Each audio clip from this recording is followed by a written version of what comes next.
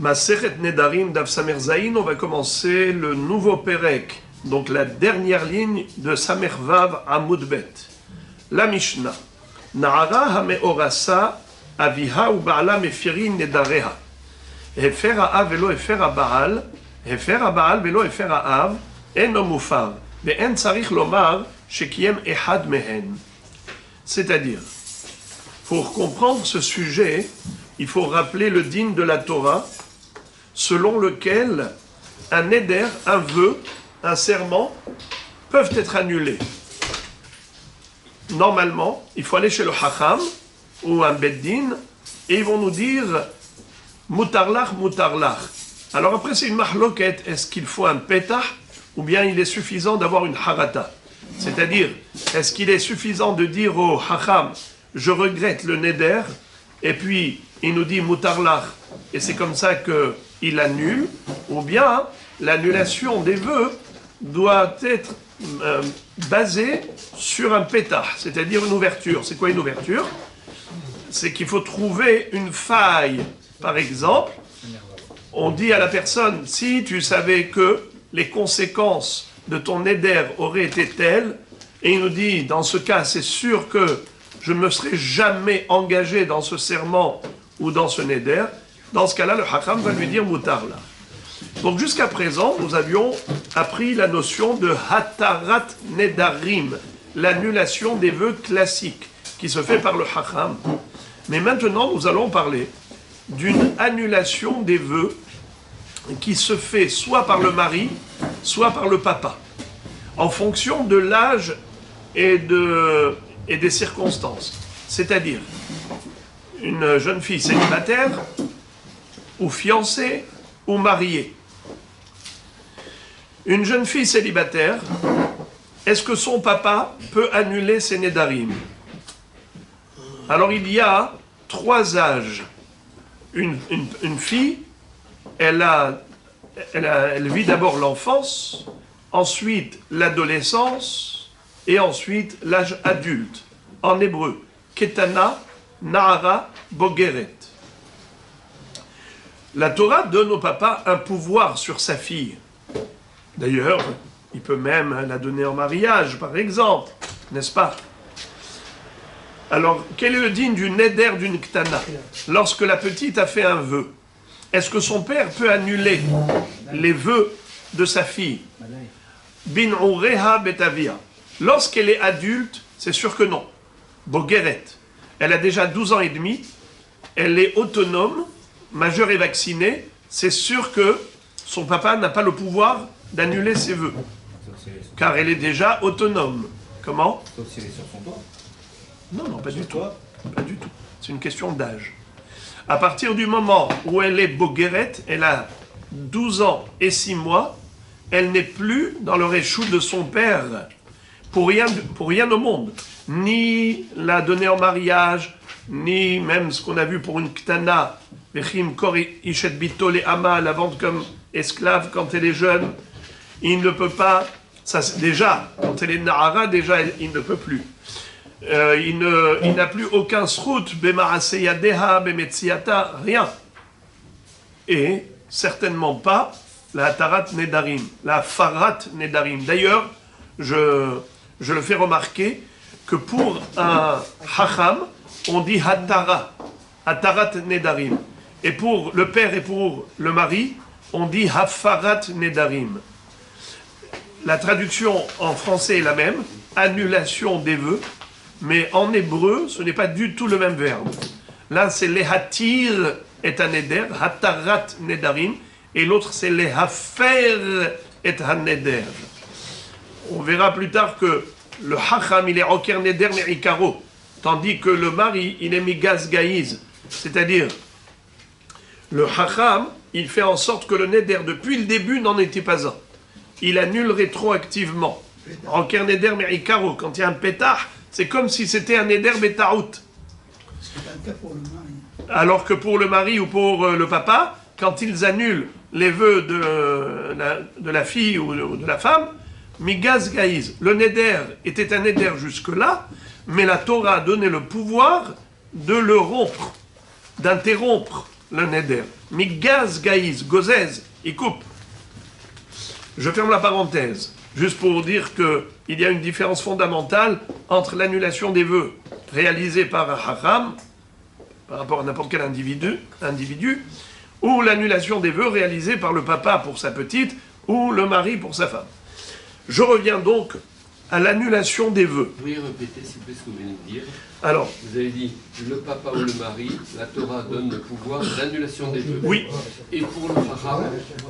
Le hacham aussi. Seulement, j'ai dit que le hacham, il annule rétroactivement le neder, tandis que le mari et le père, ils n'annulent pas rétroactivement le neder. Le neder était un neder, mais désormais, dorénavant, à partir du moment où le mari ou le père disent moufar lach, pas moutar lach, moufar lach, eh bien, c'est moufar, c'est annulé.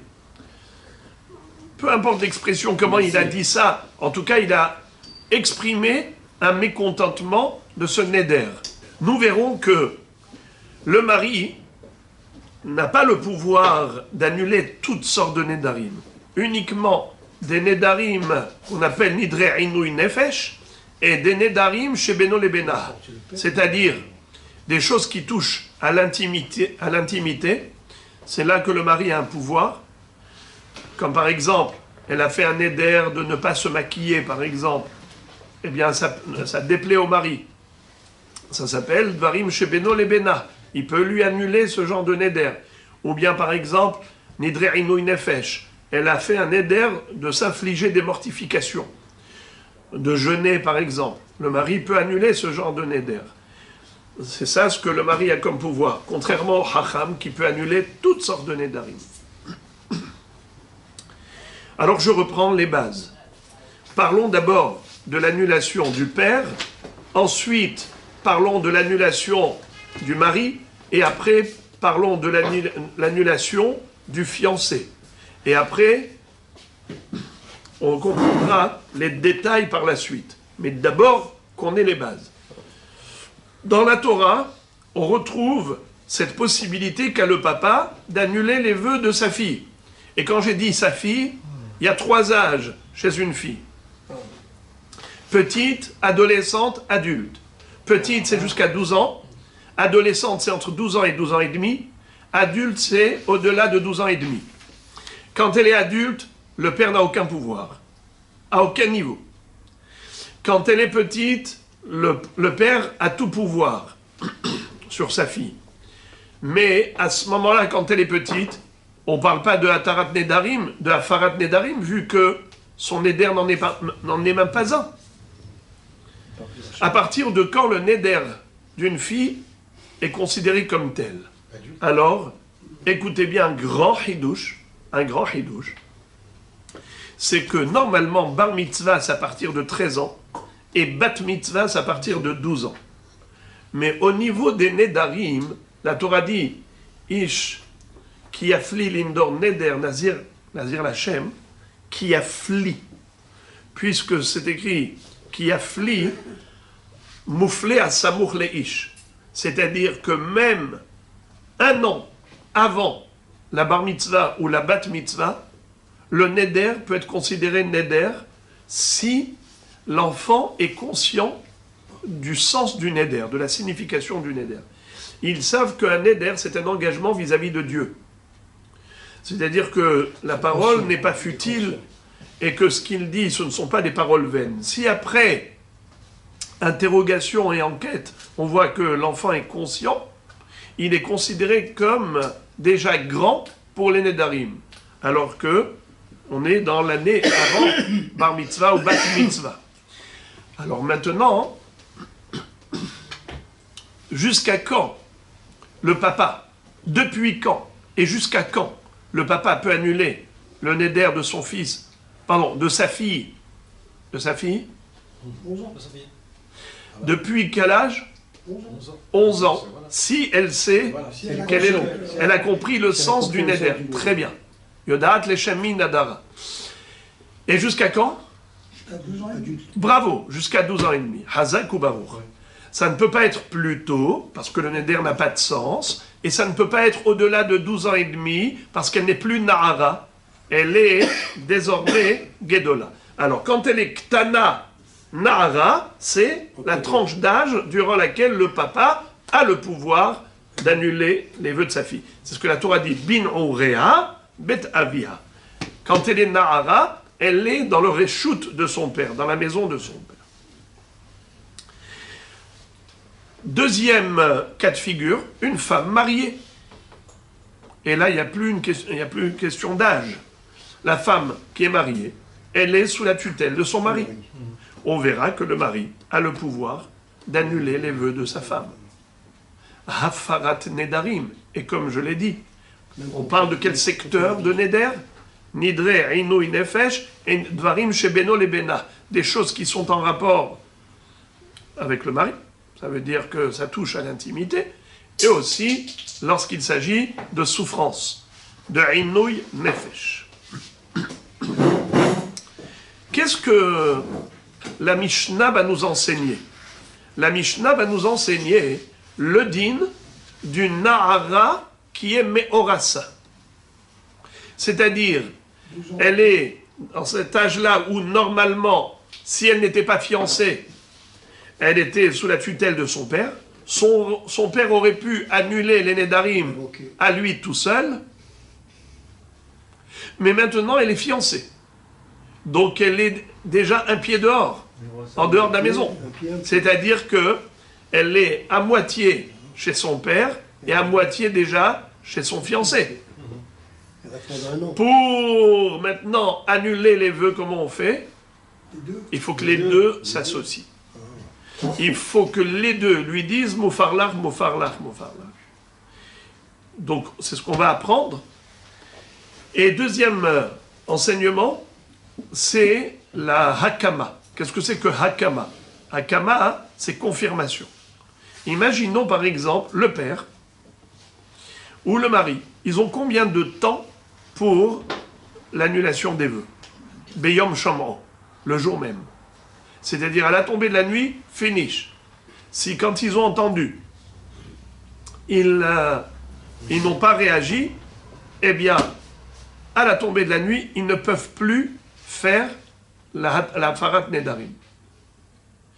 Ou encore mieux, comment est-ce possible que même le jour même, par exemple, elle a fait à 10h du matin, comment est-ce possible qu'à 10h05, le mari ou le père ne peuvent plus faire Afara? Elle a changé d'âge. C'est lorsqu'ils ont fait une Hakama. C'est-à-dire, si le mari ou le père ont fait Hakama. C'est-à-dire, ils ont dit, je veux que ce Neder soit confirmé. Bon. Alors, quand il a confirmé le Neder, ça y est, il ne peut plus l'annuler. Même s'il a regretté, maintenant, il ne peut plus l'annuler. J'ouvre une parenthèse. Il a quand même une possibilité. Vous savez comment? Il va chez le Hacham et il lui dit, regarde, ma femme a fait un Neder. Et moi, j'ai fait la Hakama. S'il te plaît, annule ma Hakama pour que moi, maintenant, je puisse lui faire la Hafara. D'accord?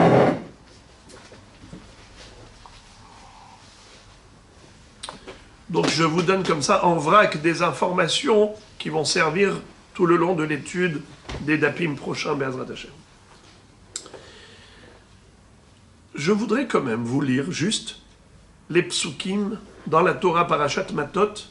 Je vais faire juste une lecture, sans rentrer dans la traduction et les détails de chaque pasuk, qu'est-ce qui véhicule comme enseignement, mais juste pour que vous ayez une vue d'ensemble, que vous sachiez où se situe la base de notre étude aujourd'hui. Vaïdaber Moshe el Raché Hamatot libnei Israël les morts. Zeh hadavar asher tziva Hashem. Ish ki idor neder l'Hashem, o ishava shevua, lesor isar al nafsho, lo yachel devaro, kechol ayotze mipiv yaase. Donc ici on a parlé du neder classique. Un homme qui fait un neder, ou une femme, maintenant. Veisha ki tidor neder l'Hashem, veasra isar bebet avi abin oreha. Maintenant on va parler de la jeune fille qui est Nahara, qui se trouve chez son père. ושמע אביה את נדרה ושרה אשר אסרה על נפשה, והחריש לאביה וקמו כל נדריה וכל איסר אשר אסרה על נפשה יקום. Son père a entendu le neder et il s'est tu eh bien tous les Nedarim seront confirmés. Ve'im heni avia ota biyom shomro kol nedarea ve'esarea asher asra al nafsha lo yakum v'Hashem yislach la ki heni avia ota. Et si son père a annulé les vœux de sa fille, alors en effet les vœux sont annulés et Akadosh Baruch Hu lui pardonnera. Pourquoi on parle de pardon d'Hachem? Qu'est-ce qu'elle a fait de mal?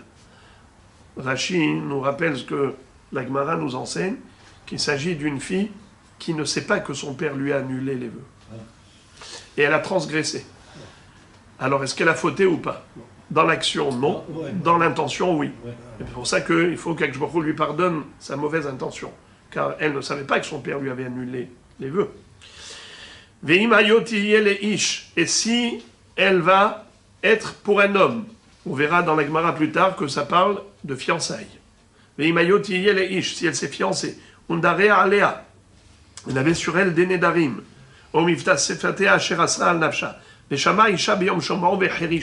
Son mari, donc son fiancé, l'a entendu et il n'a pas réagi.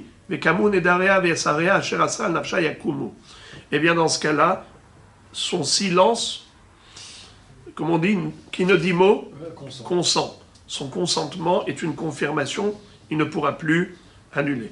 Ve'im beyom shemoa isha yani ota ve'fer et nidra asher alea bet mifta sefatea asher asra nafsha v'Hashem yislach la.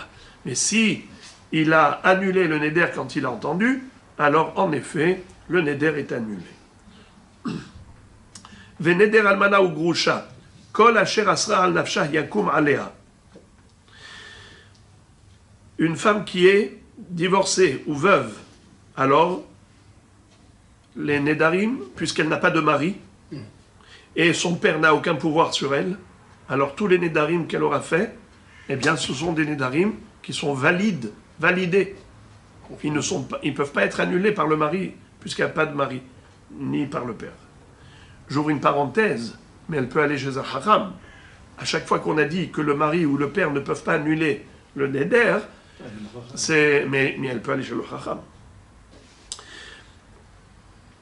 Ve'im betisha nadara. Et si elle a fait un neder chez son mari, ou un serment, le mari l'a entendu, il s'est tu. Eh bien, loeniota, du fait qu'il n'a pas annulé, mais kamu kol nedaria bechol isar asher asra al nafsha yakum, c'est-à-dire que qui ne dit mot, consent égale confirmation. Et si le jour même où il a entendu, le mari a réagi, il a annulé,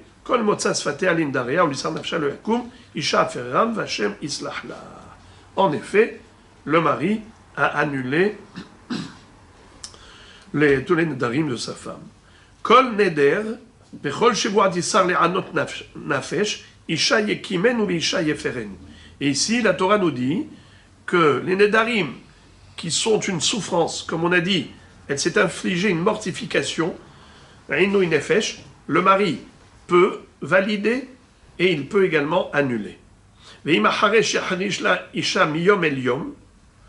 Et si le mari s'est tu miyom eliom, alors dans ce cas-là, ve'kim et kol nedarea ou et kol esarea asher asra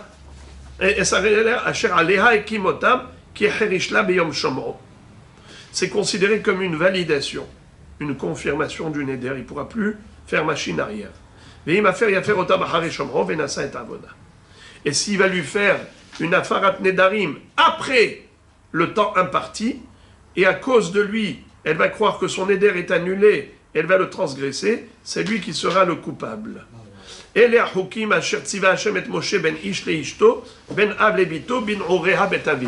Voilà la fin du sujet, que toutes ces lois de Afarat Nedarim, c'est ce que Akadosh Baruch Hu a enseigné à Moshe Rabbeinu comme loi des vœux.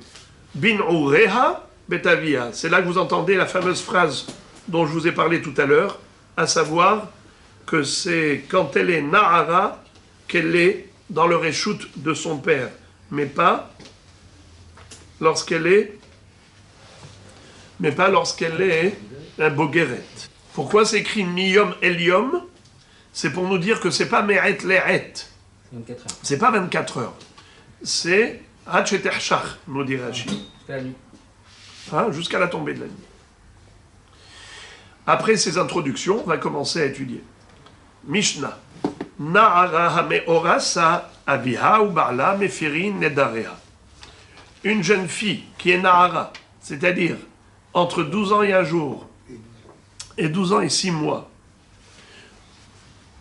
Et comme on l'avait dit, même depuis 11 ans, au cas où, si elle est consciente de son éder, et qu'elle était fiancée, Avia ou Ba'ala Mefirin et Daria, son père et son fiancé, ensemble, annulent les vœux. La Mishnah continue et nous dit, elle précise, Efera A velo Efera Baal, Efera Baal velo Efera A, et no Mufar. Si le père tout seul a annulé les vœux de sa fille qui était fiancée, ou le fiancé tout seul a annulé les vœux de sa fiancée, et no Mufar, le neder n'a pas été annulé. Ve'en tzarich lomar shekiem echad mehen. Il est inutile de dire, il va sans dire, que si l'un des deux a consolidé et confirmé le neder, c'est sûr que l'autre ne pourra pas l'annuler. Vous vous posez des questions, mais la Gemara va poser à votre place. D'abord, première question. Haïnu recha avia ubala mefirin nedarea. Première question. Il y a ici une redondance dans la Mishnah. La Mishnah te dit au début qu'une jeune fille qui est fiancée, son fiancé et son père et son fiancé, avia ubala mefirin nedarea. Après, tu me dis, si le père tout seul a annulé le vœu, ou le fiancé tout seul a annulé le vœu, c'est pas bon. Mais c'est évident que c'est pas bon, puisque tu as commencé la Mishnah en disant qu'il faut que les deux s'associent pour. La Gemara répond, au début de la Mishnah, le langage n'était pas clair. Il est écrit Na'ara ameorasa abiha ubarla mefirin edarea. Son père et son fiancé annulent les vœux de la jeune fille. On aurait pu croire que c'est ou le père ou le fiancé. Bien que c'est écrit avec Vav, mais on aurait pu penser que lui et lui sont habilités. Que la Mishnah veut simplement nous dire que les deux, ils ont une habilitation, une aptitude. Avia ou Barla, Mefirin et Daria. Les deux, ils peuvent annuler le neder, c'est-à-dire soit l'un, soit l'autre. C'est pour ça que la Mishnah avait besoin de préciser que non, c'est pas l'un ou l'autre, c'est l'un et l'autre. Il faut que les deux soient associés pour annuler. C'est pour ça que la Mishnah dit Efera Av, Velo Efera Baal, Efera Baal, Velo Efera Av, et no Mufar.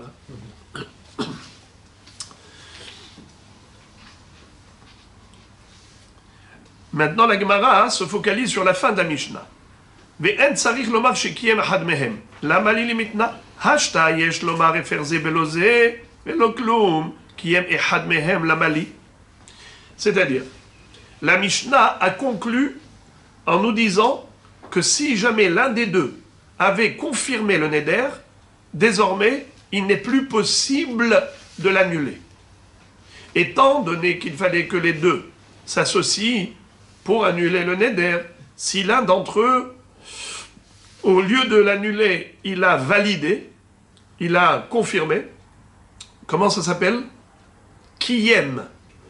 Soit vous l'appelez Hakama, soit vous l'appelez Kiyum. Ça veut dire confirmation, validation. Alors la Gemara pose une question, elle dit, mais c'est évident que si l'un d'entre eux a validé le neder, alors ce neder n'est plus annulable.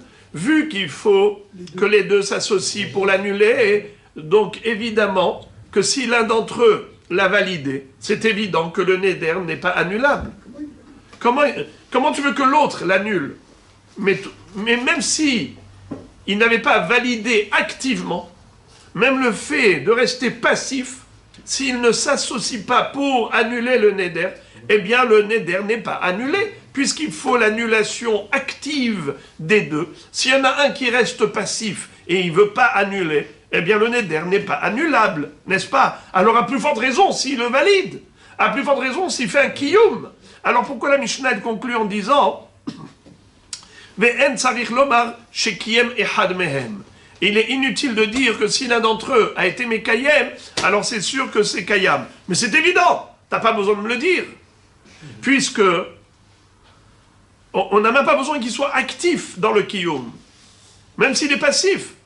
Déjà, le Neder n'est pas annulable. Alors pourquoi la Mishnah avait besoin de le dire? Réponse. Tzricha limitne, pardon. Tzricha limitne, ki tzarich le kegon dehefer echad mehem vekiyem echad mehem וחזר המקיים ונשאל על הקרבתו. מהו דתמה מאי דאוקי עקרה? כמשמע לן דמפירים שניהם בבת אחת. Un grand hidouche. Le hidouche, il est le suivant. Imaginons, le père avait annulé le neder de sa fille. Il attendait que le fiancé fasse pareil. Le fiancé, au lieu d'annuler, il a confirmé. Il a confirmé. Maintenant qu'il a confirmé, ça y est, finish. Le neder n'est plus annulable. Mais lui, maintenant, qu'est-ce qu'il a fait, le fiancé? Il est parti voir Hacham. Il lui dit, j'ai regretté d'avoir validé le neder de ma fiancée. Peux-tu m'annuler ma validation? Annuler ma hakama? Eh bien, le Hacham, comme il peut annuler des nedarim, il peut aussi annuler la hakama du mari. La validation du mari, il peut l'annuler. Et donc maintenant, nous aurions pu croire que maintenant il est suffisant que le fiancé dise « Mofarlar, mofarlar, mofarlar ». Vezéou, qu'est-ce qui manquait? L'annulation du fiancé. Eh bien maintenant, voilà, il a annulé, tout va bien. Tu dis non. On ne peut pas associer l'annulation du fiancé à l'annulation du papa, puisque entre les deux, il y a eu une hakama qui a fait écran. Alors, qu'est-ce qu'on fait? Alors, il y a une mahloket entre le Ran et Ramban, le Ran qui cite le Ramban et le Rambam. Les deux, le Ran les cite, il dit que c'est une mahloket. D'après le Rambam, c'est fini. Puisqu'il y a eu une hakama, désormais, ce n'est plus possible maintenant de revenir en arrière. Même si il a fait une hakama, même s'il a fait une hafara de cette hakama, il ne peut plus s'associer à la hafara du père. Tandis que le Ramban dit non.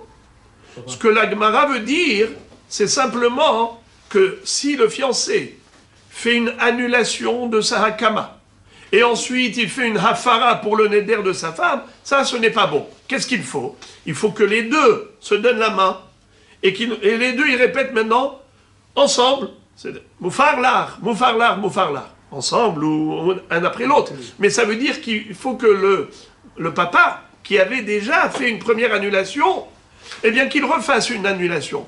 Car sa première annulation a été invalidée à cause de la hakama du mari.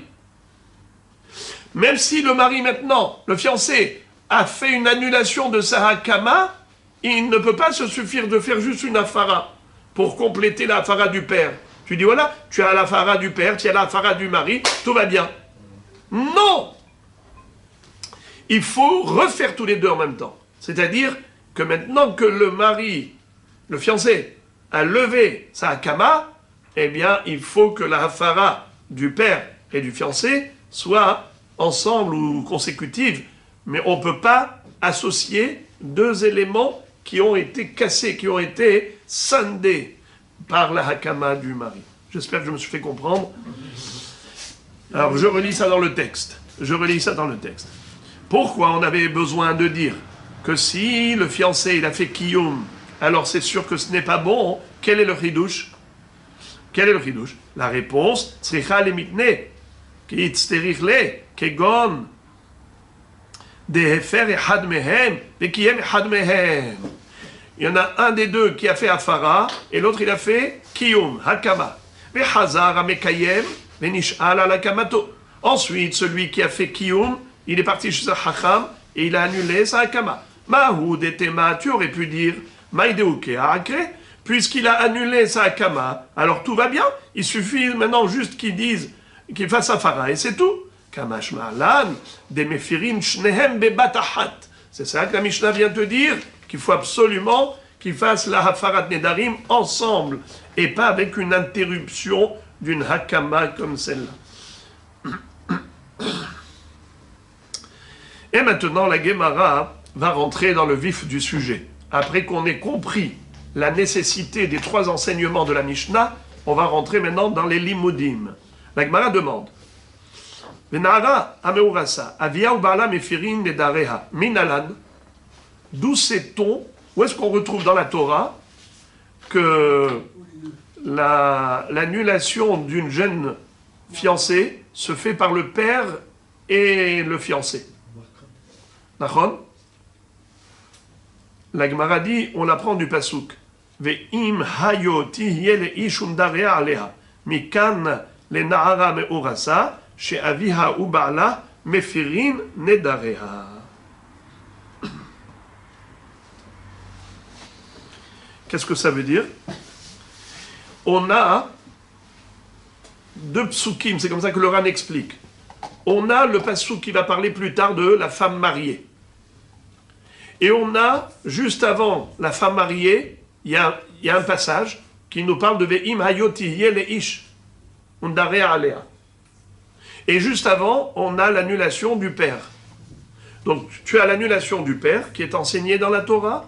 Ensuite, Ve'im hayoti ish. Et ensuite, Ve'im betisha nadara. Donc, au début, numéro 1, on parle du père. Numéro 3, on parle d'une femme mariée. Donc, au milieu, on parle de quoi?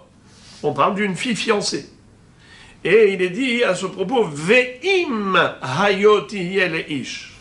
Cette fille dont le papa peut annuler les vœux, et si elle est fiancée, alors le fiancé, il faut qu'il s'associe à l'annulation, qu'il s'associe au père pour annuler. La Gemara pose la question, elle dit, Ima haikra binsu active. Peut-être que ce passou qui parle d'une femme mariée et pas d'une fiancée. La Gemara dit, mais non. Je te comprends pas. Comment tu peux poser une telle question? C'est sûr qu'on ne parle pas d'une fille fiancée dans le Ve'imayoti Yele-Ish, car juste après, on a un passage nouveau qui nous parle de la femme mariée. Ve'im bet isha nadara. Alors, comment tu peux même envisager une telle question? La Gemara a dit, ça ce n'est pas une preuve. Pourquoi? Imatar bayhu benesua, vechitema trekra ebensua lamali, lememav, she'en abal mefer bekodmin. Je peux très bien dire que les 2 passages parlent que de la femme mariée. Comme quoi le mari peut annuler les nedarim de sa femme. Mais le fiancé n'a aucun pouvoir. Je peux très bien dire qu'une jeune fille qui est Nahara, elle est sous la tutelle de son père, quoi qu'il arrive, qu'elle soit célibataire ou fiancée, elle est toujours sous la tutelle de son père. Quand est-ce qu'elle passe sous la tutelle du mari? Que si elle est vraiment mariée, c'est-à-dire après la roupa. Et j'ai oublié de vous dire, qu'est-ce que ça veut dire une fiancée, qu'est-ce que ça veut dire une mariée? Depuis le début, j'ai oublié de le dire. Une fiancée, c'est Areat Mekudeshet Li Betaba'adzu Kedat Moshe Israël. Une mariée, c'est 1 an plus tard quand on fait la roupa. Ok. Alors, qui te dit que la Torah a donné aux fiancés un pouvoir quelconque? Peut-être pas du tout. Peut-être que les Imayoti et les Ish, on daré aléa et ainsi de suite, on parle d'une fiancée. La Gemara dit. Alors, pardon, on parle d'une mariée, excusez-moi. Qui te dit qu'on parle d'une fiancée? Mais peut-être qu'on parle d'une mariée.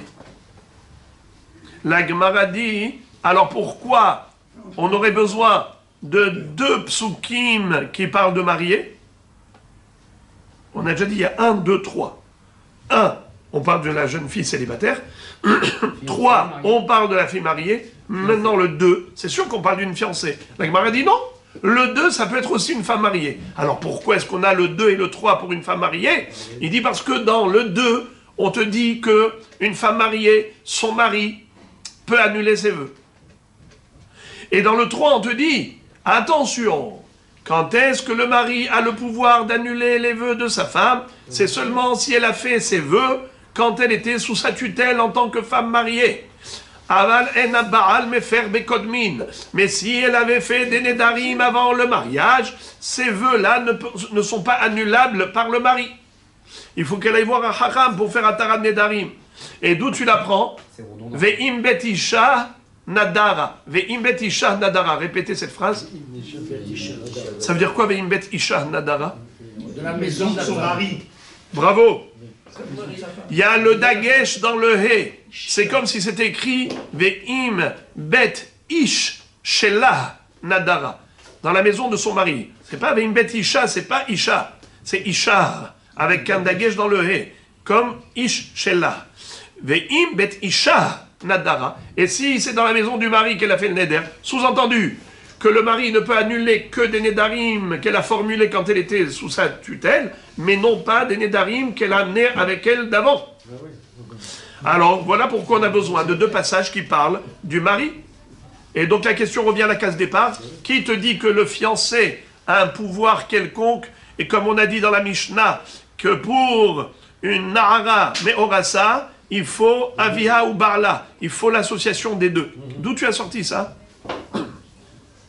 La Gemara dit Velav mimela shmat mina. La Gemara dit on n'a pas besoin de deux passages pour nous enseigner cette halakha. Si c'était vrai que Ve'imayoti yele ish, ça vient pour nous enseigner que le mari peut annuler les nedarim de sa femme. Et après, le passage numéro 3, c'est pour te dire que le mari ne peut annuler les vœux de sa femme que les vœux qu'elle a formulés quand elle était sous sa tutelle. Eh bien, je n'ai pas besoin du passage numéro 2 et du passage numéro 3 dans la Torah. Le 3 m'aurait amplement suffi, car dans le 3, tu as tout. Tu as le hiddouche, que le mari peut annuler les nedarim de sa femme, et uniquement les nedarim qu'elle a formulés quand elle était chez lui, et pas les nedarim qu'elle avait formulés avant qu'elle ne vienne chez lui. Alors donc on n'a pas besoin du passage numéro 2 et passage numéro 3. Alors forcément, de quoi il parle le numéro 2? De fiancé, et pas de marié, de meorasa, et pas de nesoua. Donc voilà d'où on a appris le Inyan de meorasa, que le fiancé doit s'associer au père pour l'annulation des vœux. Et Baïtima, deuxième réponse, des Havaya Kiddushin Mashma. Qu'est-ce que ça veut dire? Nous avons une règle, c'est que quand la Torah emploie le verbe Havaya, le verbe être, pour une femme, ça parle de fiançailles. Kiddushin, pas Nisuin. Parce que si c'était Nisuin, elle aurait dit par exemple Nassa, elle aurait parlé de Nisuin, elle aurait parlé de Lakah. D'accord? Là, ici, on nous parle que de Havaya. À chaque fois dans la Torah, où on parle de Kitihiena le ish etenashim, ou bien Viatz avehaïta le ish acher, à chaque fois qu'on parle de Havaya, c'est Irusin, c'est que Kiddushin et pas Choupa. Donc voilà d'où on le sait que Ve'im hayo tihye le ish, on parle de fiançailles. Donc, il n'y a plus de questions. Maintenant, la Gemara pose une autre question. Ima av lehude mefer. Qui te dit qu'il faut l'association des deux? Mais peut-être que chacun, séparément, le peut. Ima av lehude mefer, même si elle est fiancée. Qui t'a dit qu'il faut l'assemblage des deux? Mais peut-être que que chacun, séparément, peut annuler le neder de cette jeune fille, fiancée. Le père, Ima av lehude mefer. La Gemara dit c'est impossible. Imken.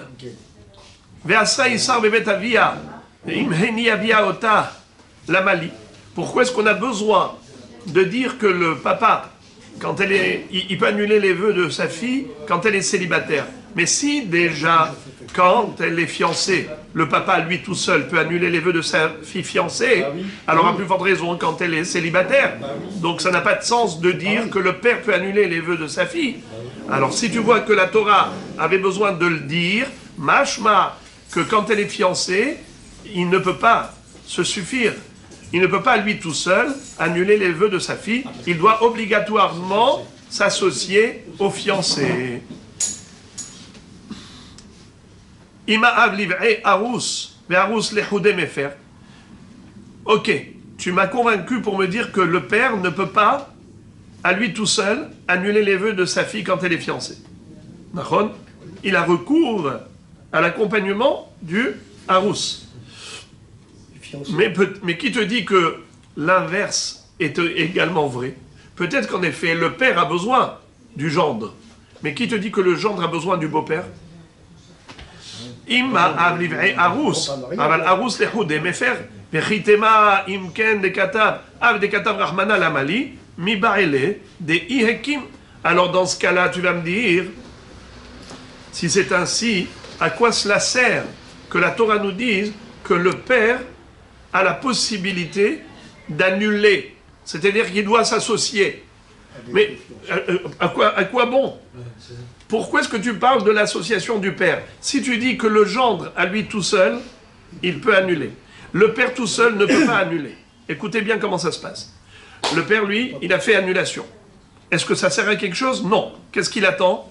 Que le gendre se joigne à lui. D'accord? En attendant, le neder reste en vigueur. Maintenant, quand le gendre s'est joint à lui, alors en effet, le neder est annulé. Mais si maintenant tu me poses la question et que tu me dis, mais peut-être que le gendre, tout seul suffirait. Alors le père, il compte pour beurre, il ne sert à rien. Car le gendre, quand il annule tout seul, tu me dis que c'est efficace. Qu'en effet, son annulation est valable et valide à elle toute seule. Pas besoin du père. Alors à quoi il a servi le père? Le père tout seul, il ne peut pas. Le fiancé tout seul, il peut. Alors ça fait que le fiancé, il est obligé d'intervenir. Mais s'il intervient tout seul, de toute façon, il s'autosuffit. Alors pourquoi on demande au père? Et pourquoi on dit que le père, il a un impact? Il faut que le père s'associe, mais il ne sert à rien. Réponse. Donc mashma, que de la même façon que le père tout seul ne peut pas, ainsi le fiancé tout seul ne peut pas annuler. C'est comme ça que la Gemara veut arriver à la conclusion. La Gemara dit non, ce n'est pas une preuve. Il y a choliyot que le père a besoin du gendre, le gendre n'a pas besoin du père. Alors tu vas me dire, alors et quoi il sert le père? Qu'est-ce qu'il fait dans cette histoire? Eh bien il sert à la hakama, que s'il avait fait un kiyum et qu'il a confirmé le neder de sa fille, eh bien là il peut bloquer son gendre. Mais sinon, peut-être qu'il n'a pas de force d'annulation tout seul. Le fiancé, il peut annuler tout seul, mais pas quand le père a été Mekim, pas quand le père a été Mekayem. Pourquoi c'est plus facile de confirmer que d'annuler? Eh bien, parce que la Torah dit, Ve'im Hekim. Pourquoi si un des deux confirme, c'est plus facile, c'est facile. Un des deux. Et quand ils sont deux, il faut qu'ils soient deux pour... Vous entendez la question de Rabbi Nissim. Pourquoi la Hakama, elle est différente de la Hafara? Pourquoi pour la Hafara, il faut que les deux réagissent, alors que pour la Hakama, un seul suffit? Parce qu'il est plus facile de maintenir en vigueur ce qui existe que d'annuler ce qui existe. Quelque chose qui existe déjà. Pourquoi? Eh bien parce qu'il existe. La Gemara donc dit, malgré tout, j'ai une preuve qu'il faut les deux. Pourquoi? Imken, ve'im bet isha nadara lemay katav, ikal vachomer, oma bimkom av, arus befer lechoudé, shelo bimkom av mi ba'aya. La Gemara dit, c'est évident que le fiancé ne peut pas annuler à lui tout seul les nédarim de sa fiancée. On ne peut pas poser une telle question en disant le père tout seul non, mais le fiancé tout seul oui. Si c'était vrai que le fiancé à lui tout seul pouvait annuler les nédarim de sa fiancée, alors pourquoi la Torah avait besoin de dire qu'une femme mariée, son mari peut annuler ses vœux? Mais si déjà fiancé, le mari peut annuler les vœux de le fiancé peut annuler, bien que le père est encore là, il a 50% du pouvoir sur sa fille. Malgré tout, tu dis que le harous, le fiancé à lui tout seul, il peut annuler les vœux, à plus forte raison qu'un mari qui a les 100% du pouvoir, c'est sûr qu'il est habilité à le faire. Donc, le passage numéro 3 de la Torah n'aurait aucun sens. Si tu envisages cette possibilité que le fiancé à lui tout seul, il peut s'autosuffire pour annuler les vœux de sa fiancée, alors le passage numéro 3 de la Torah, il n'a pas raison d'être. Qu'est-ce qu'on a besoin de nous dire? Que quand elle est mariée, son mari peut annuler ses vœux? Mais c'est évident. Si déjà, quand elle est fiancée, le fiancé peut annuler les vœux de sa fiancée et lui tout seul, à plus forte raison que quand elle est mariée.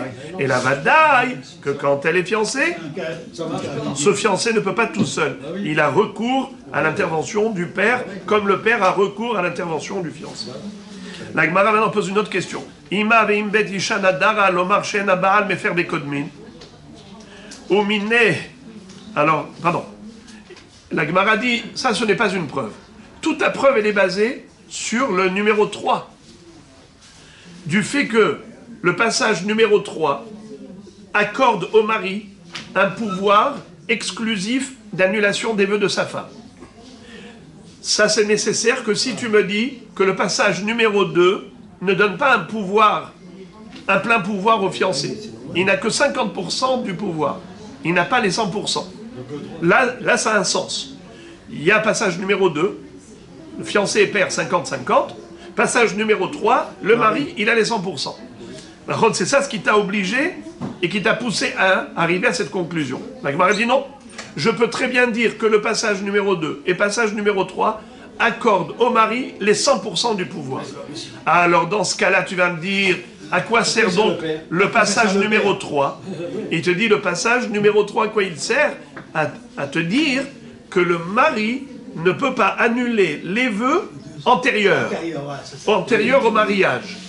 Voilà, ve'im betisha nadara. On nous a enseigné juste pour ce hidouche là que le mari n'a pas de pouvoir sur les nédarim antérieurs. Alors, ça fait que le passage numéro 2, qu'est-ce qu'il m'enseigne? Que le fiancé, il a plein pouvoir. Alors que le père n'a que 50% des pouvoirs, le fiancé, il a 100%. Selon cette approche. Hein. Numéro 2 vient m'enseigner que le fiancé a plein pouvoir. Alors après, tu poses la question, dans ce cas-là, le passage numéro 3 qui donne le plein pouvoir au mari, à quoi il sert? Non, il sert à quelque chose. À quoi? Vimbet isha nadara. Pour te dire que, bien que le mari, il a les 100% du pouvoir sur sa femme, mais uniquement par rapport à des vœux actuels, et pas par rapport à des nédarim antérieurs au mariage.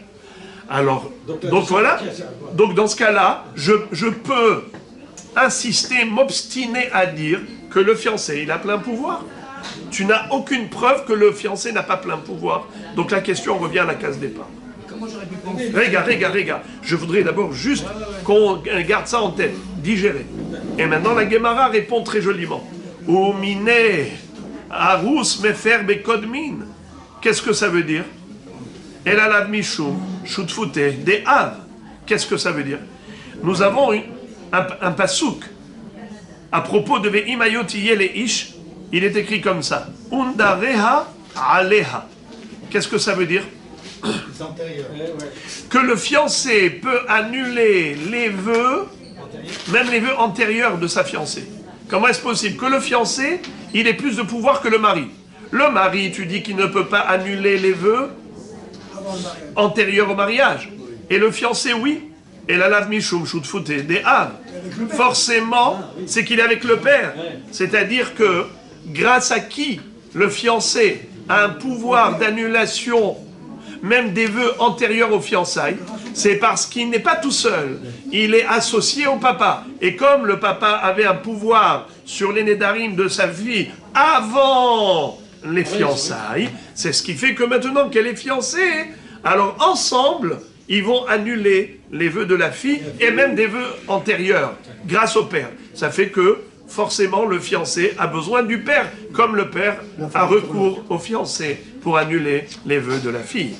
Mais comment c'est possible? On a dit c'est jusqu'au soir. Et après ça, dans le DAF d'après, vous allez voir, On a dit c'est jusqu'au soir. Bezrat Hashem, une autre référence pour cet enseignement, à savoir que pour annuler les vœux de la fiancée, il faut Aviha ou Ba'la, et le père et le fiancé. Donc je répète en résumé, le père il peut annuler les vœux de sa jeune fille célibataire, le mari peut annuler les nédarim de son épouse, mais maintenant la Nahara, quand elle est Me'orasa, alors Aviha ou Ba'la, il faut l'intervention des deux pour annuler les nédarim.